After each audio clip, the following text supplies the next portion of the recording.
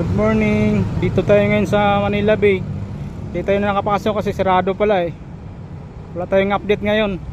Wala tayong update na sarado pala eh. Ayan o, kaya pala walang mga tao sa loob kasi sarado pala. Sayang. Hindi kasi ako nagtanong kung open ba o ano. Wala, uwi tayo. Uwi tayong luhaan.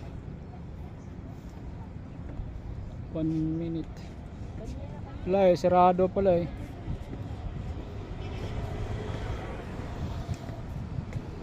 Sarado, sayang.